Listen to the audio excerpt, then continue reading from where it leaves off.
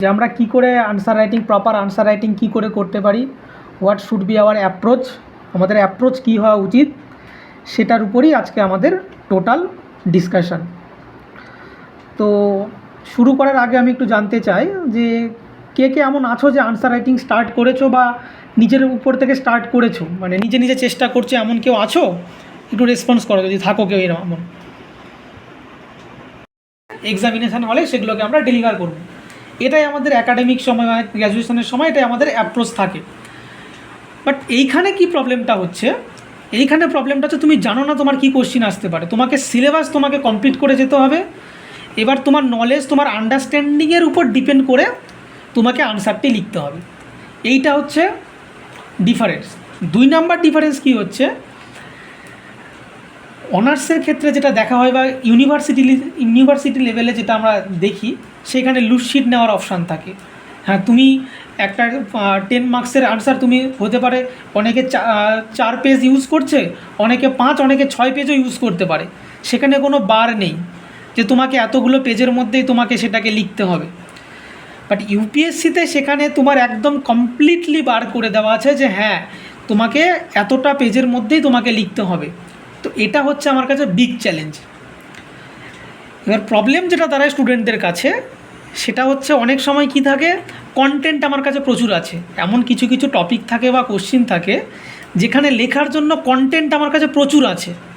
But সেখানে problem দাঁড়ায় যে এই এতগুলো কন্টেন্টকে আমি কি করে সামারাইজ করে একটা আনসার লিখব। আবার কখনো আবার উল্টো প্রবলেমটা হয়। সেটা কি প্রবলেম, যে আমার কাছে কন্টেন্টই নেই সেরকম যে আমি একটা 10 মার্কসের বা 150 ওয়ার্ডসের মধ্যে একটা আনসার লিখব। তো 2 ধরনের প্রবলেম আমরা দেখতে পাই।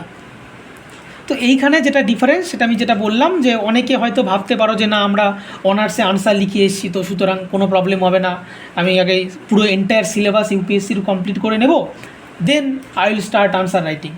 না, এটা একদম ভুল প্রসেস, এটা একদম ভুল ধারণা। ইউপিএসসির আনসার রাইটিং তুমি যেটুকু পড়েছো সেটুকু থেকেই তুমি স্টার্ট করতে পারো।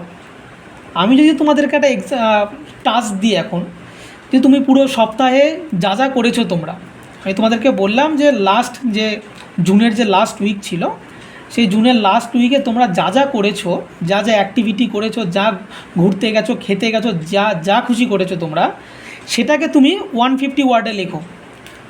তুমি নিজে করেছো, কিন্তু তবুও তুমি যদি 15 মিনিট তোমাকে দেওয়া হবে, তবুও তুমি লেখার সময় তুমি একবারের জন্য হলে আটকাবে, কী লিখবো। এটা হয় তো আনসার রাইটিং এটাই প্রবলেম, যে আমরা কনসেপ্ট বুঝে গেছি। আমি তোমাদেরকে যদি বলি, জিওগ্রাফি ক্লাস আই হোপ হয়েছে কিছুটা, সেখানে কি ক্লাইমেটোলজি হয়েছে? এটা রেসপন্স করবে আমাকে। জিওগ্রাফি ক্লাসে কেউ একজন আমাকে বলো ক্লাইমেটোলজি হয়েছে? আচ্ছা, বলো ইমান। আচ্ছা, হয়েছে।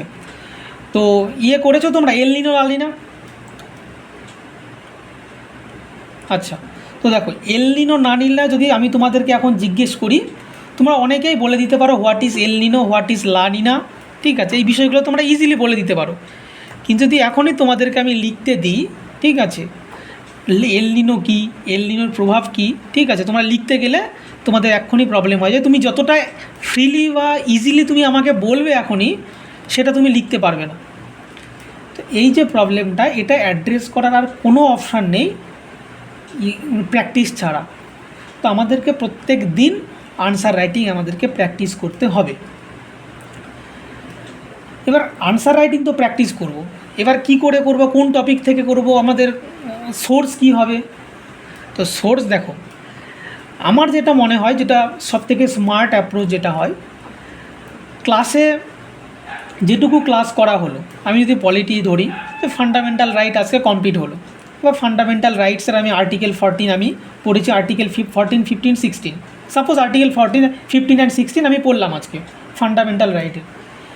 এবার আমার অ্যাপ্রোচ এটা হওয়া উচিত যে আর্টিকেল 15 অ্যান্ড 16 থেকে প্রিভিয়াসলি ইউপিএসসি কী কোশ্চিন সেইখান থেকে জিজ্ঞেস করেছে। এবার সেই কোশ্চিনটাকে আমি দেখব, কোশ্চিনটা দেখে আমি বুঝতে পারছি কি না, স্যার যেটা ক্লাস নিয়েছেন, স্যার কি সেই জিনিসটাকে টাচ করে, অবভিয়াসলি স্যার টাচ করে গেছেন, তোমরা বুঝতে পেরেছো কি না, যে কোশ্চিনটা যখন দেবে, কোশ্চিনটা তোমরা বুঝতে পারছো কি না। এবার কোশ্চিনটা প্রথমে তোমরা আইডেন্টিফাই করলে যে হ্যাঁ এটা এই কোশ্চিন। এইবার আমার অ্যাপ্রোচ হওয়া উচিত এই কোশ্চিনটার আনসার আমি কী করে করব। এবার কিছু কিওয়ার্ড আমরা দেখেছি, কোথাও লেখা থাকে কমেন্ট, কোথাও লেখা থাকে ডিসকাস, কোথাও লেখা থাকে ক্রিটিক্যালি এভ্যালুয়েট। তো এই যে টার্মগুলো, ঠিক আছে, টেল ওয়ার্ড যেগুলোকে আমরা বলি, এই যে টেল ওয়ার্ডগুলো, এগুলোর একটা ডেফিনেশান আছে, ঠিক আছে, যেখানে ডিসকাস আর তোমার ক্রিটিক্যালি ডিসকাস দুটোর মধ্যে একদম বিগ ডিফারেন্স। কমেন্টের মধ্যে একটা ডিফারেন্স আছে, অ্যানালিসিসের মধ্যে একটা ডিফারেন্স আছে, কোথাও বলবে কমেন্ট, কোথাও বলবে অ্যানালাইজ। তো এই যে ব্যাপারগুলো, এগুলো আমাদেরকে দেখতে হবে। তো তুমি তো পড়ে তো নিয়েছো যে আর্টিকেল 15 কী, আর্টিকেল 16 কী, তুমি ভালো করে জানো আর্টিকেল 15 আমাদেরকে কী বলা হচ্ছে, আমাদেরকে কনস্টিটিউশন আমাদেরকে কী কী রাইট দিচ্ছে, সেখানে কী কী কেস, অবভিয়াসলি মেন্সের জন্য যেটা সব থেকে বেশি দরকার, কেসগুলো আমাদেরকে পড়তে হবে পলিটির জন্য, ঠিক আছে, এটা মাথায় রাখবে। তো কী কী কেস আছে সেই কেসগুলো আমরা সেখানে দেখব। এগুলো তো আমাদেরকে স্টাডি করতে হবে, কেসগুলোকে, সুপ্রিম কোর্ট এই কেসে কী জাজমেন্ট দিয়েছে, তো এগুলো আমরা দেখব। তো এটা তো হয়ে গেল।